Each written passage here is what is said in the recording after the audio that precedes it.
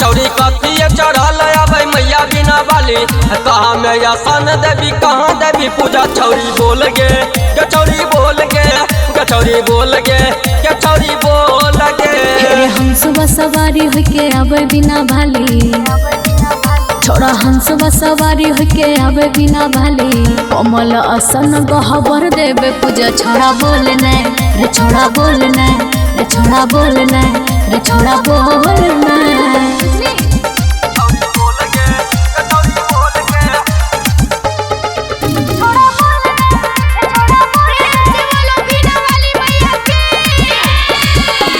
कथिए चढ़ावा देवी मैया दुर्गा रानी के कथिए चढ़ावा देवी मैया बिना वाली के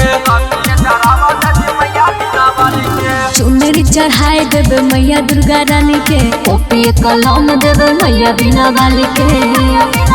चौरी रोजे रोजे किया ने झूलावे चाहिए झूला चौरी रोजे रोजे किया ने झूलावे चाहिए झूला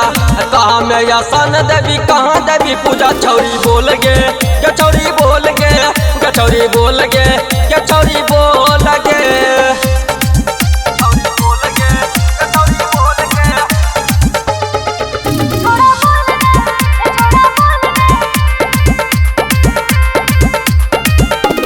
कौन सिंगर से गवाबै छही गाना के केतना सदा सब भेलो एक करो दीवाना के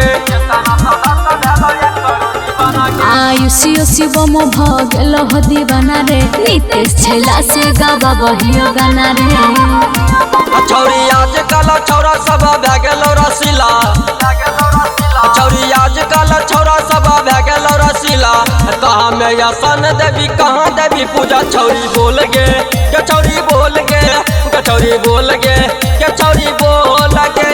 Recording by Riya Studio, Khagaria, Bhadash।